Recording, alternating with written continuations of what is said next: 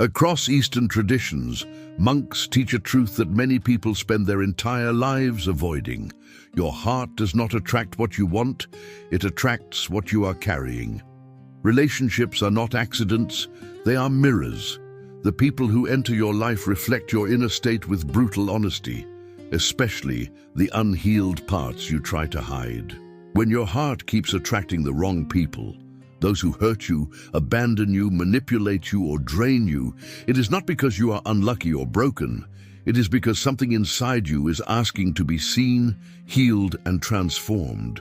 The Dalai Lama teaches that suffering in relationships arises not from others alone, but from attachment, misunderstanding, and unconscious patterns within the mind. Zen masters say it even more directly: when the wound is silent, the wound chooses. The heart pulls toward what feels familiar, not what is healthy. This is the first key to understanding the pattern.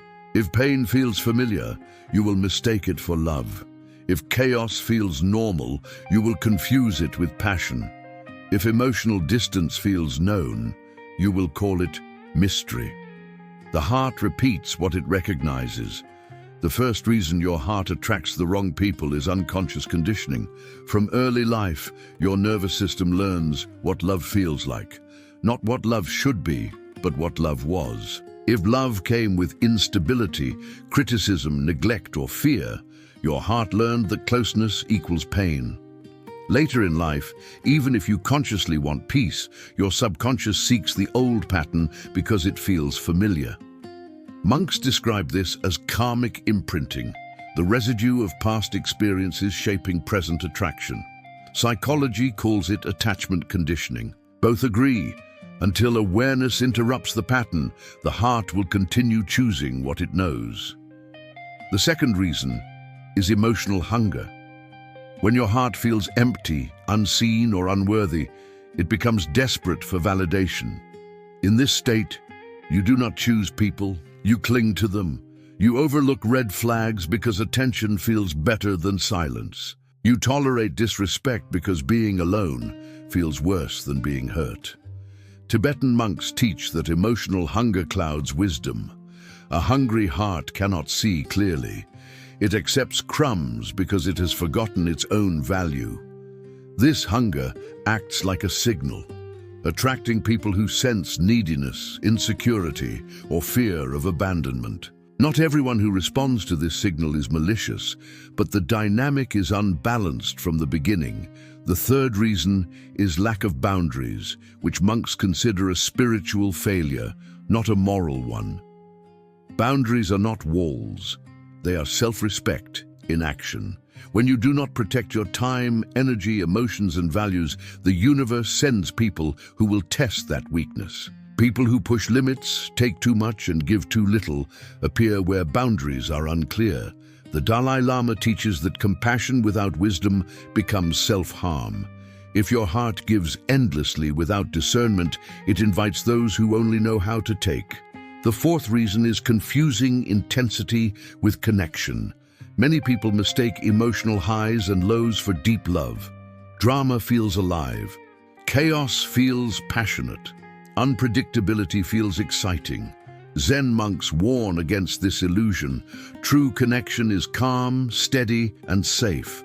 But to a wounded heart, safety can feel boring. So the heart seeks intensity, not realizing it is feeding the nervous system's addiction to stress. This is why the wrong people feel magnetic at first. They activate old emotional circuits. But what excites the wound will later exhaust the soul. The fifth reason is self-abandonment. Every time you silence your intuition, ignore discomfort, rationalize disrespect, or stay when your body is telling you to leave, you abandon yourself. The universe responds by sending people who abandon you too.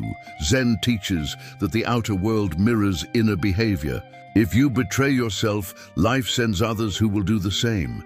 This is not punishment, it is feedback. The sixth reason is fear of loneliness. Monks teach that loneliness is not cured by relationships, but by self-connection. When you fear being alone, you will accept almost anyone who fills the silence. But relationships chosen from fear are always misaligned. Tibetan wisdom says, better to walk alone in truth than together in illusion.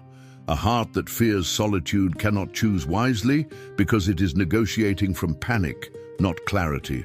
The final reason your heart attracts the wrong people is unfinished inner lessons. Life repeats patterns until they are understood. If you have not learned self-worth, boundaries, emotional regulation, or discernment, the universe will keep sending teachers disguised as lovers, friends, or partners. These people hurt you not because they are evil, but because the lesson has not yet been integrated. Zen monks say, the same storm returns until you build the roof. The moment you learn the lesson, the pattern ends. Not because you tried harder, but because you became different. The truth is difficult but liberating. Your heart is not broken, it is patterned, and patterns can be changed. In the next part, we will explore the spiritual mirror in depth, how your inner wounds shape who you attract, and why healing yourself is the only way to change the kind of people who enter your life. Eastern wisdom teaches that every relationship is a mirror, but not a gentle one. It reflects what lives beneath the surface of the heart: fears, beliefs, wounds, and forgotten truths. Monks say the mirror does not lie. It shows you what you carry, not what you wish you carried. When your heart attracts the wrong people, it is because your inner world is asking for attention. The Dalai Lama teaches that attachment and ignorance create suffering, especially in relationships, because we seek externally what we have not cultivated internally. Zen masters go further. You meet yourself through others. This is the principle of the inner mirror. The first wound, reflected in relationships, is abandonment. If your heart fears being left, it will unconsciously choose people who are emotionally distant, inconsistent, or unavailable, not because you want pain, but because the wound is trying to resolve itself. The heart hopes that this time, the story will end differently. Tibetan monks call this karmic repetition, the mind replaying the same lesson until awareness dissolves it. Psychology confirms this pattern. We repeat relational dynamics until the nervous system learns safety. The second wound is unworthiness. If deep inside you believe you're not enough, your heart will attract people who confirm that belief. They may criticize you, overlook you, or give love conditionally. Monks teach that the world reflects your self-view. If you see yourself as small, the world will treat you as small.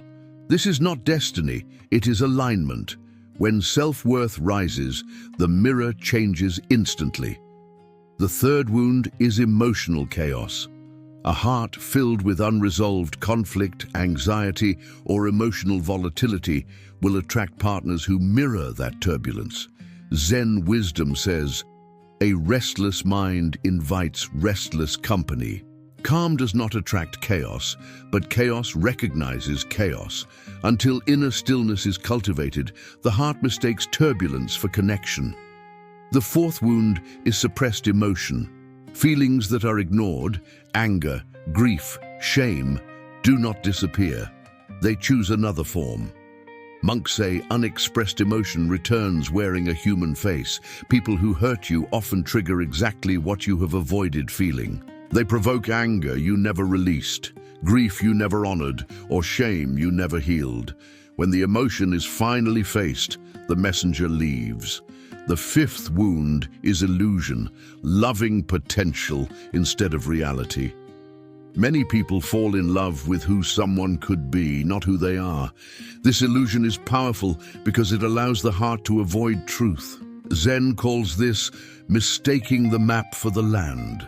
When you project fantasies onto others, you attract people who benefit from projection, those who promise change but never deliver it. Healing begins when you see clearly. The sixth wound is self-betrayal. Each time you ignore your intuition, dismiss discomfort, or stay silent when something feels wrong, you weaken your inner authority. Monks teach that self-betrayal invites external betrayal. The mirror simply reflects your behavior back to you. When you honor your inner voice, the mirror changes. The seventh wound is fear-based attachment. Fear of loneliness, fear of aging alone, fear of starting over.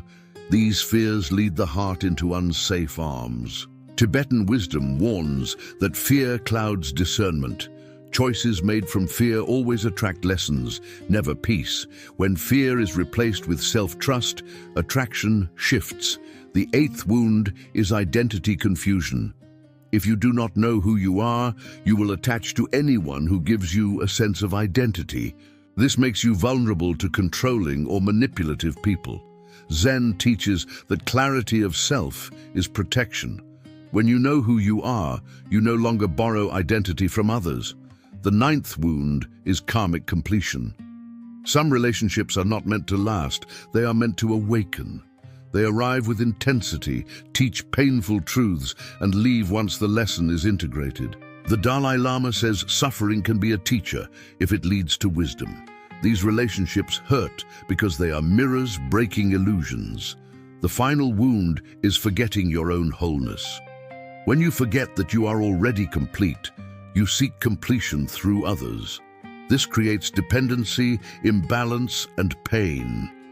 Monks teach that love should be shared, not used to fill a void. When you remember your wholeness, the heart stops attracting those who feed on emptiness.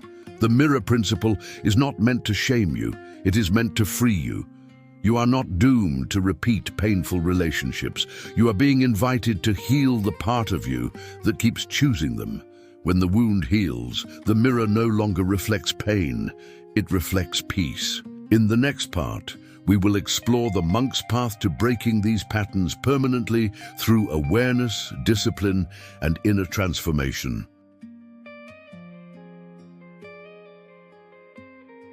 Eastern monks teach that suffering in relationships ends the moment awareness replaces unconscious reaction. You do not stop attracting the wrong people by trying harder, loving more, or sacrificing yourself. You stop when you change the internal structure that keeps selecting the same kind of pain. The Dalai Lama explains that freedom begins when the mind sees clearly. Zen masters say, you cannot escape a prison you do not recognize. Most people believe their problem is other people. Monks know the problem is identification with old patterns. The first step to breaking the cycle is radical self-observation. Monks spend years watching their own minds because patterns hide in habits, not intentions. You must observe how you choose people, how fast you attach, what you ignore, what excuses you make, what feelings you suppress. Awareness weakens repetition. When you see the pattern clearly, it loses its power. The second step is regulating the nervous system. Many people attract harmful relationships because their bodies are addicted to emotional intensity. Chaos feels alive because the nervous system learned to associate stress with connection. Monks calm the body before correcting the mind. Through breathwork, stillness, slow movement, and silence, the nervous system relearns safety. When the body no longer craves intensity, the heart stops chasing unstable people. Calm becomes attractive. The third step is ending self-abandonment. Every destructive relationship begins with a small betrayal of the self. Ignoring discomfort, silencing intuition, accepting less than you need. Monks teach that self-respect is spiritual hygiene. When you stop abandoning yourself, people who rely on your silence disappear naturally. The fourth step is strengthening boundaries through discipline, not emotion. Boundaries are not reactions, they are rules you live by. Monks create strict daily disciplines to protect the mind and spirit. You must create relational disciplines. What behavior you tolerate, what you leave immediately, what you no longer explain or justify. Boundaries remove confusion. Confusion attracts predators. Clarity attracts equals. The fifth step is detachment from emotional fantasy. Many people stay trapped because they are attached to imagined futures rather than present reality. Zen warns against loving potential. Love what is. If someone shows inconsistency, disrespect, or emotional unavailability, believe the behavior, not the promise. Detachment is not coldness, it is clarity. When you detach from fantasy, manipulative people lose their power over you. The sixth step is healing the inner child, which monks describe as calming the younger mind. The wounded inner child seeks approval, reassurance, and safety from others. Until this part is healed, it will keep choosing familiar pain. Healing happens through compassion, self-soothing, inner dialogue, and reparenting practices. When the inner child feels safe, it no longer grabs onto harmful people. The seventh step is learning solitude without fear. Monks train in solitude because solitude reveals truth. Fear of being alone keeps people trapped in destructive relationships. When you learn to sit with yourself, enjoy your own presence, and feel complete without validation, your attraction changes immediately. Desperation disappears, peace enters. The eighth step is rewriting the inner narrative. If your story is, "I always get hurt," or "love never works for me," life will obey that script. Monks teach that thought is karmic instruction. You must consciously rewrite your internal language. I choose peace. I attract emotionally healthy people. I walk away from what harms me. The mind follows the story it hears most. The ninth step is aligning daily life with inner values. You cannot attract healthy people while living in chaos. Monks align sleep, food, speech, work, and relationships with ethical clarity. When your life is aligned, misaligned people feel uncomfortable around you. They leave without conflict. The final step is patience. Patterns do not dissolve overnight. Monks emphasize patience because the nervous system and subconscious need time to rewire. Each healthy choice weakens the old pattern. Each boundary strengthens the new one. Each moment of self-respect raises your frequency. Eventually, the old type of people simply stop appearing, not because you rejected them, but because you no longer resonate with them. The cycle ends not with anger or revenge, but with indifference. Indifference is the sign of healing. When you no longer feel drawn to what once hurt you, the lesson is complete. In the next part, we will explore how healed people attract healed people, and how to recognize healthy relationships before you enter them. When the heart begins to heal, attraction changes quietly but profoundly. Monks teach that the sign of healing is not excitement, intensity, or obsession, but clarity and calm. Healthy connections do not arrive like storms. They arrive like steady ground. The Dalai Lama teaches that peace is the highest form of happiness, and relationships rooted in peace feel different from those rooted in wounds. The first sign that your heart is choosing correctly is emotional safety. Healthy people do not make you anxious, confused, or uncertain. They do not keep you guessing where you stand. Zen monks say that what is real does not create fear. If someone's presence calms your nervous system rather than activates it, this is a sign of alignment. The second sign is consistency. Wounded people are intense but unstable. Healthy people are steady. Their words match their actions. They show up when they say they will. Monks teach that consistency is a form of truth. A heart that has healed no longer chases emotional highs. It values reliability. The third sign is mutual respect. Healthy souls respect your time, boundaries, and individuality. They do not rush you, pressure you, or diminish you. Tibetan wisdom teaches that respect is the foundation of compassion. When someone respects you, they do not require you to shrink or perform to be accepted. The fourth sign is clear communication.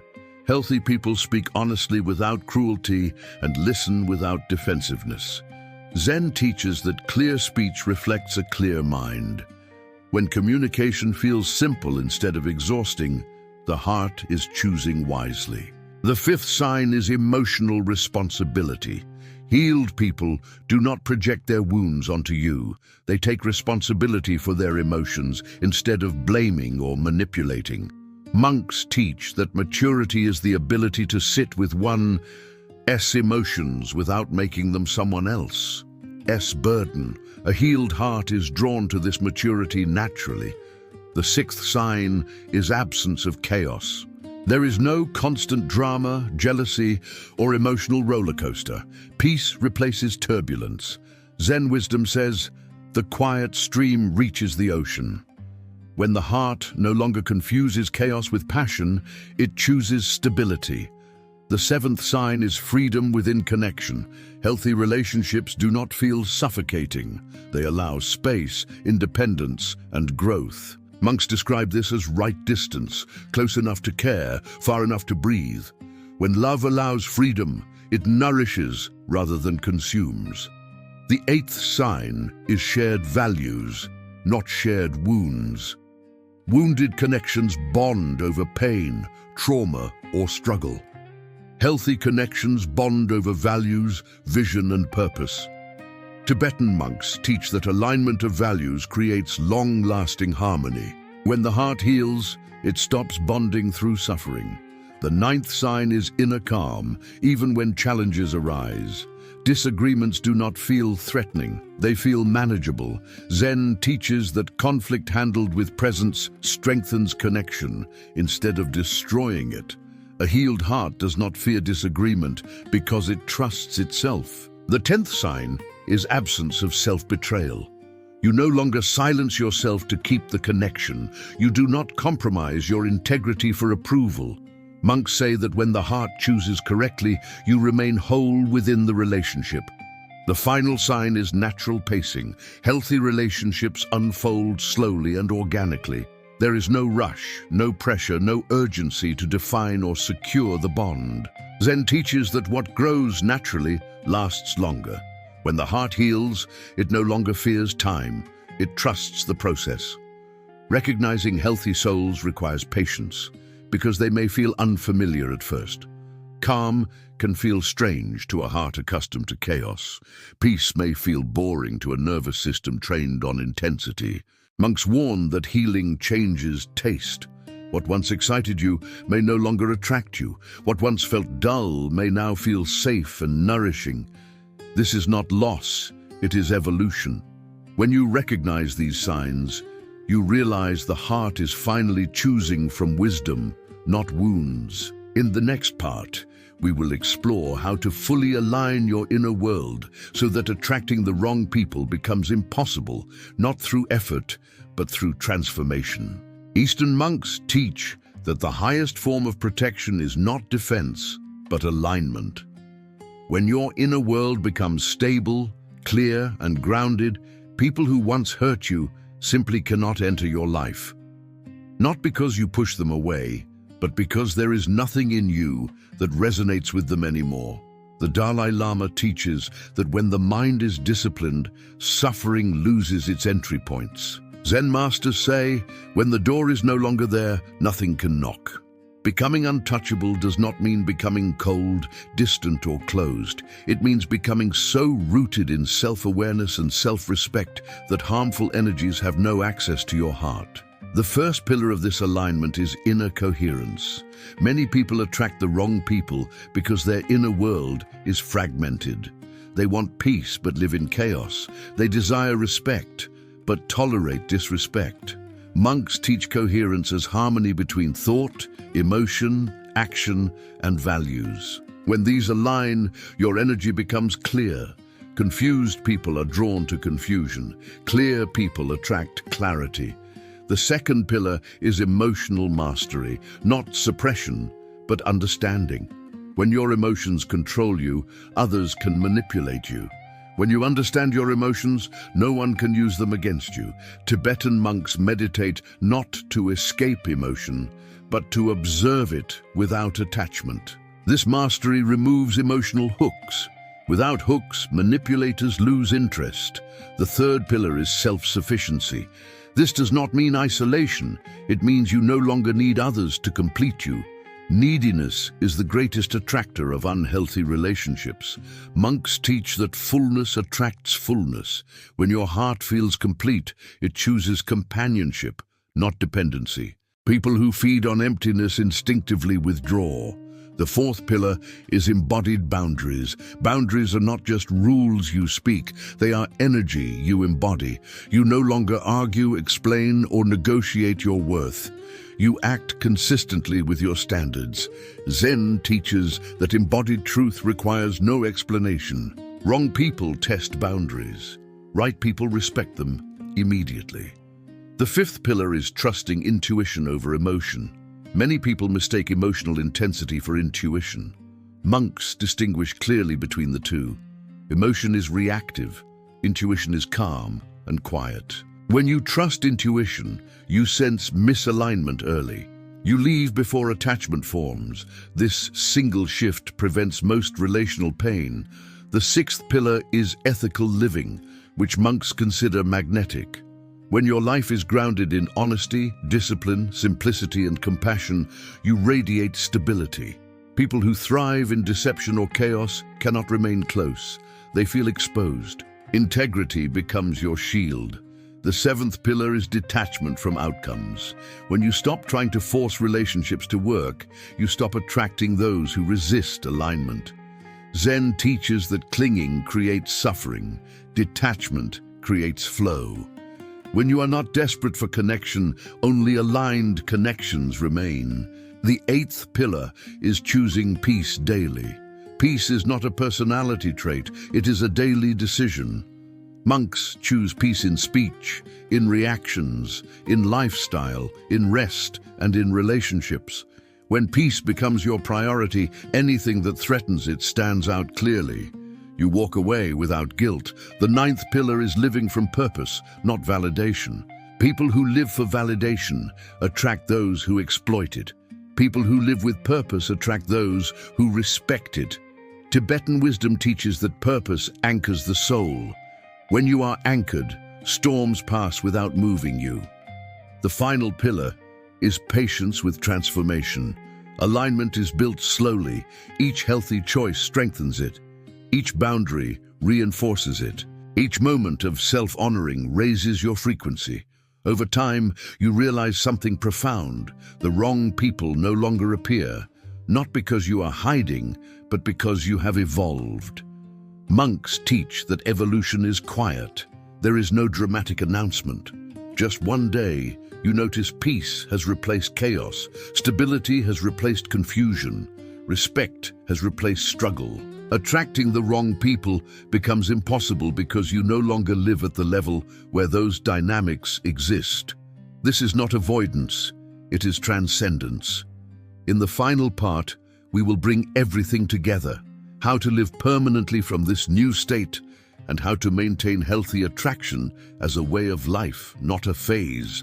Eastern monks teach that the greatest transformation is not learning how to attract better people, but learning how to stop needing to attract anyone at all. When the heart becomes whole, it no longer chases, pleases, or proves. It rests, and from that rest, everything changes. The Dalai Lama teaches that true happiness arises when desire softens and clarity deepens. Zen masters say, when you stop searching, what belongs to you arrives. The final stage of healing is not effort, but embodiment. You no longer practice self-respect, you live it. You no longer remind yourself of your worth, you know it. From this place, attraction becomes effortless because it is no longer driven by wounds. The first sign of living from wholeness is inner silence, not the absence of thought, but the absence of inner conflict. You are no longer arguing with yourself about what you deserve. You are no longer negotiating your boundaries. Monks describe this as inner unity. When the mind and heart agree, the world responds with alignment. The second sign is detachment from outcomes. You no longer need relationships to validate your existence. You welcome connection, but you are not attached to it. Zen teaches that non-attachment is freedom, not loss. When you release the need to control how relationships unfold, only those aligned with your path remain. The third sign is deep self-trust. You trust your intuition without questioning it. You listen to discomfort without rationalizing it. Tibetan monks teach that intuition is the voice of accumulated wisdom. When you trust it, harmful relationships end before they begin. The fourth sign is emotional self-sufficiency. You no longer outsource your happiness, safety, or identity. You can feel joy alone, calm alone, fulfillment alone. This does not make you isolated, it makes you selective. Healed people choose companionship, not dependency. The fifth sign is effortless boundaries. You no longer explain, defend, or over-communicate your limits. Your actions speak clearly. Zen wisdom says that truth needs no decoration. When boundaries are embodied, wrong people sense them instantly and disappear without conflict. The sixth sign is clarity in love. Love is no longer confusing, painful, or destabilizing. It feels simple, calm, honest. The Dalai Lama teaches that love without peace is attachment, not love. When love feels peaceful, the heart knows it is aligned.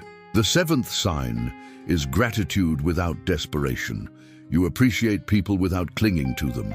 You value presence without fearing loss. This gratitude creates lightness in relationships. Monks teach that gratitude frees the heart from fear. The eighth sign is living according to inner truth. Your life choices, work, relationships, habits reflect your values. There is no split between who you are and how you live. Alignment becomes natural.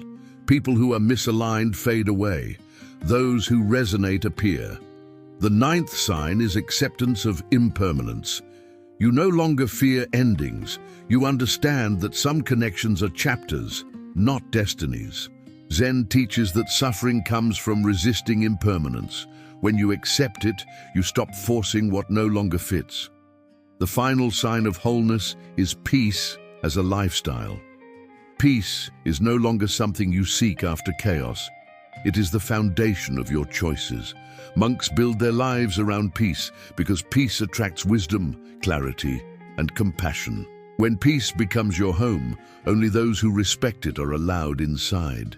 At this stage, the heart no longer calls the wrong people because it no longer speaks the language of wounds.